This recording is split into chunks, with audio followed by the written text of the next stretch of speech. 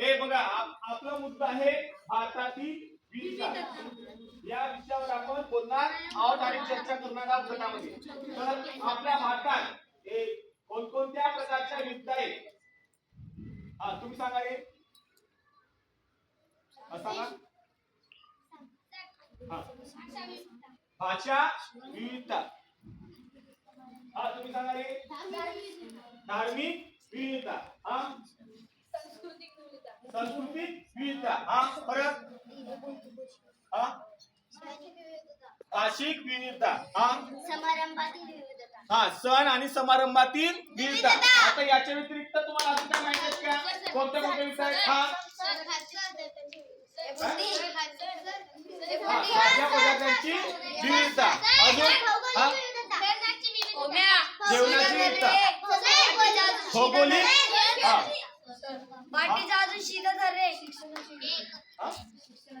शिक्षणाची विविधता. अजून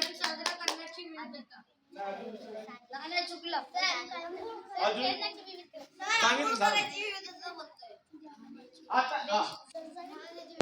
राहण्याची विविधता. अजून वेशभूषेची. त्यांनी सांगितलं वेशभूषा आणि राहण्याची विविधता. अजून याच्या व्यतिरिक्त पण आपल्या भारतात विविधता आहे. बोलण्याची पद्धत. बोलण्याची म्हणजे भाषेची विविधता. नृत्यामध्ये काही आहे अजून विविधता आहे. गाणे आणि नृत्य याच्यामध्ये पण काही आहे विविधता अजून येते.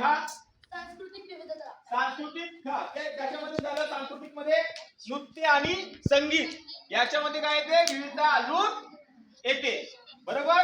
एवढंच नाही तर आपल्या देशात धार्मिक पण आहे.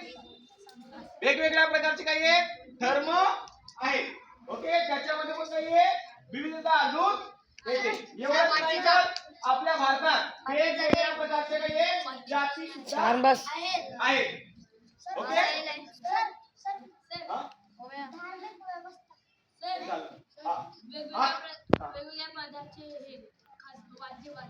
वेगवेगळ्या प्रकारचे वाद्य सुद्धा आहेत. त्याच्यामध्ये सांस्कृतिक आलं.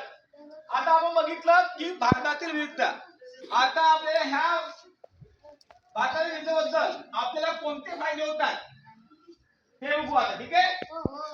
आता कोणते फायदे होतात?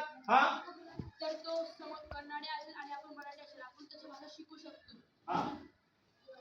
आपण एकमेकांची भाषा काय करू शकतो अवगत करू शकतो. त्याच्यामुळे काय होईल मग आपल्यामध्ये संवाद साधला जाईल आणि संवाद साधल्यामुळे काय होईल त्यांच्याने आपल्यामध्ये काय होईल देवाणघेवाण सुरू होईल.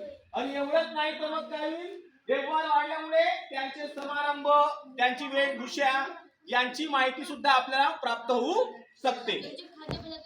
त्यांचे खाद्यपदार्थ विविधता सुद्धा आपल्याला माहित होऊ शकते. अजून काही कोणाची कपडे घालायची पद्धत. बघा जे विविधता आहे कपडे वापरण्याची वेशभूषेची हे सुद्धा आपल्याला त्यांची कळू शकते. अजून कोणते फायदे होतील? अजून सर कोणाची चालायची पद्धत. वेगवेगळे खेळ सुद्धा आपल्याला माहित होऊ शकतात. ओके.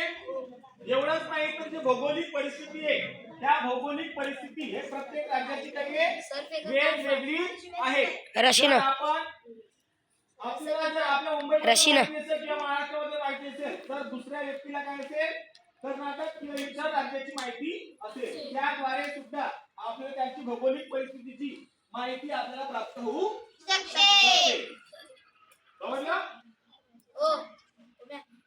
गाणं सांगण्याची पद्धत. सर्वांना समजलं?